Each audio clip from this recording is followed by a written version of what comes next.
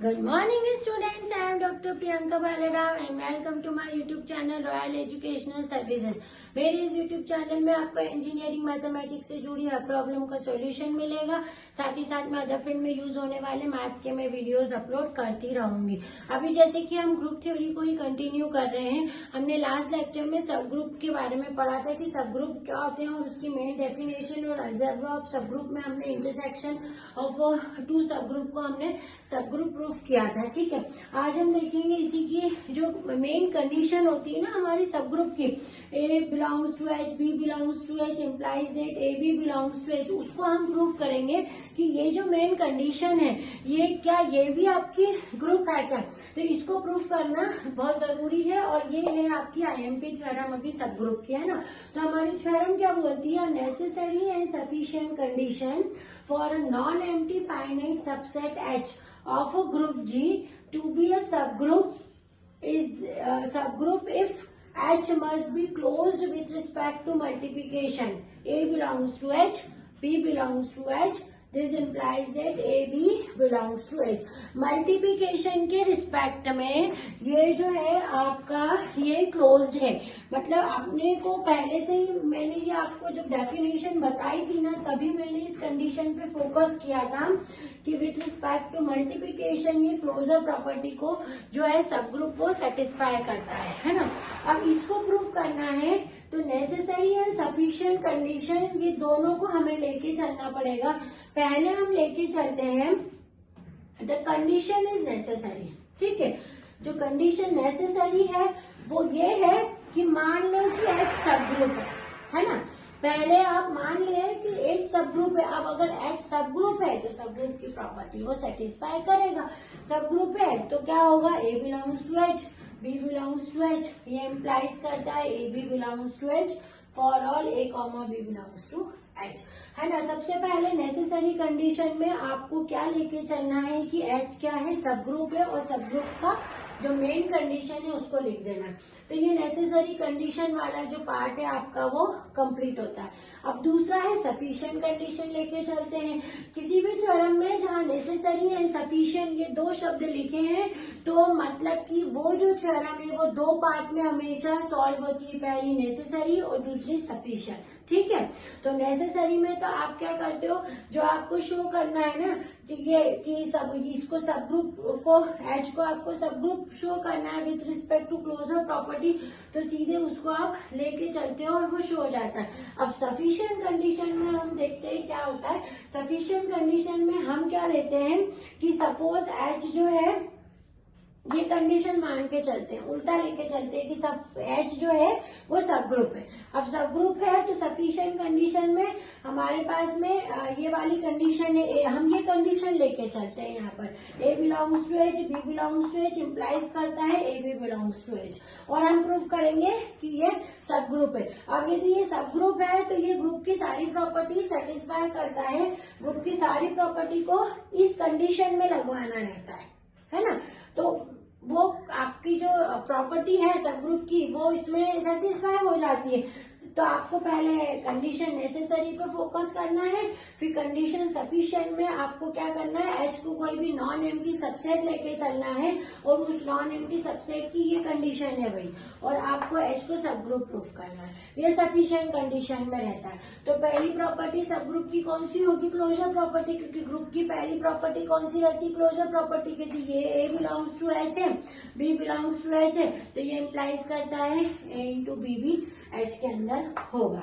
ठीक है, तो ये आपकी closure property with respect to multiplication हो गई। अब दूसरी प्रॉपर्टी क्या रहती है, इसकी एसोसिएटिविटी रहती है ग्रुप की, है ना। तो ये क्या बोलती है कि इसके अंदर कितने एलिमेंट होते हैं, ए बी सी, मान लो इसके अंदर 3 एलिमेंट है, तो वो कैसे होना चाहिए, A into B bracket close dot C, और ब्रैकेट अगर हटा दे, ब्रैकेट यदि दूसरे एलिमेंट में लगा दे, ए बाहर करके बी इंटू सी, तो ये दोनों जो फॉर्म एक्सप्रेशन में इक्वल होते हैं, यही हमारी एसोसिएटिविटी है। ठीक है, अब थर्ड हमारी प्रॉपर्टी क्या बोलती है, थर्ड हमारी बोलती है एक्सिस्टेंस ऑफ आइडेंटिटी एलिमेंट। ठीक है, ग्रुप में थर्ड प्रॉपर्टी रहती है वो आइडेंटिटी एलिमेंट की रहती है।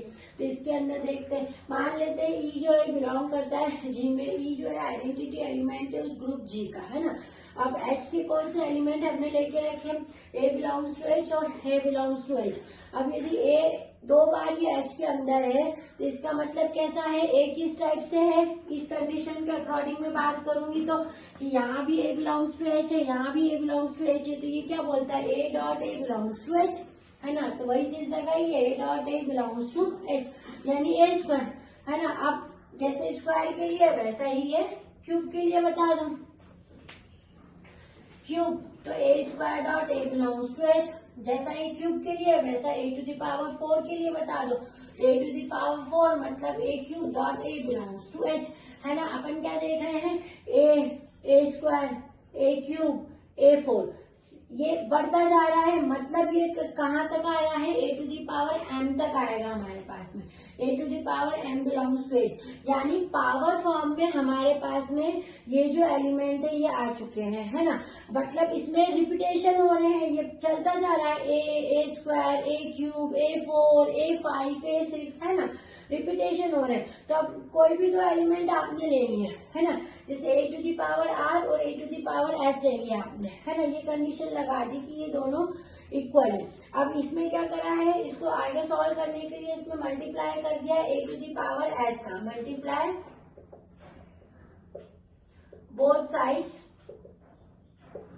Bye A to the power minus S, A to the power minus S का दोनों साइड देखो यहाँ मल्टीप्लाई किया तो ये तो क्या हो जाएगा, A to the power R minus S और ये S माइनस एस, यानी A टू दी पावर 0, है ना। अब A टू दी पावर 0 यानी क्या होता है ना, 1 आइडेंटिटी एलिमेंट, इसका मतलब क्या हो गया, ये E आ गया इसके अंदर, E बिलोंग्स टू H, मतलब वहां पर यदि E G का एलिमेंट है तो E जो है हमने शो कर दिया H का भी एलिमेंट है, यानी यहाँ पर भी एक्सिस्टेंस ऑफ आइडेंटिटी एलिमेंट हमने शो कर दिया, है ना। अब इसकी फोर्थ प्रॉपर्टी होती है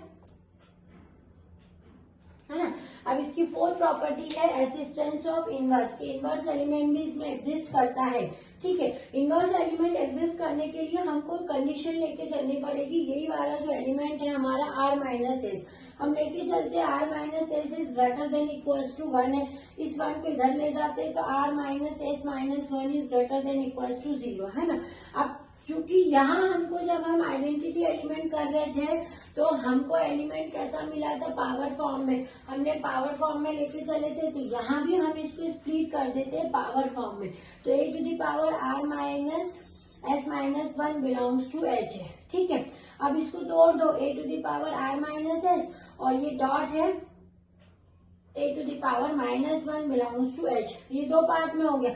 अब इसकी वैल्यू अपन ने कितनी निकाल ली थी, यहाँ पर से इसकी वैल्यू हम यहाँ ऑलरेडी निकाल चुके थे E, तो इसकी जगह अपन ने यहाँ E रख दिया, E dot A to the power minus A belongs to H। अब इसी की वैल्यू तो 1 होती है, इसका मतलब कि A इनवर्स जो है वो H का एलिमेंट है, ठीक है। इसका मतलब है कि जो आपने सफिशिएंट कंडीशन में ये कंडीशन लेके चली थी और अपने को प्रूव करना है कि H जो है सब ग्रुप है ग्रुप G की, उसने सारी property, closure property, associativity, identity और इनवर्स सारी प्रॉपर्टी जो है वो उसने सेटिस्फाई कर ली। इसका मतलब ये है कि जो H है वो हमारा सब ग्रुप है ग्रुप G का, तो ये नेसेसरी है, सफिशिएंट कंडीशन है आपके सब ग्रुप की, ठीक है। मोस्ट IMP थ्योरम है, आप इसको नोट डाउन कर लीजिए, फिर आगे हम इससे रिलेटेड कुछ और थ्योरम्स एंड क्वेश्चंस करेंगे।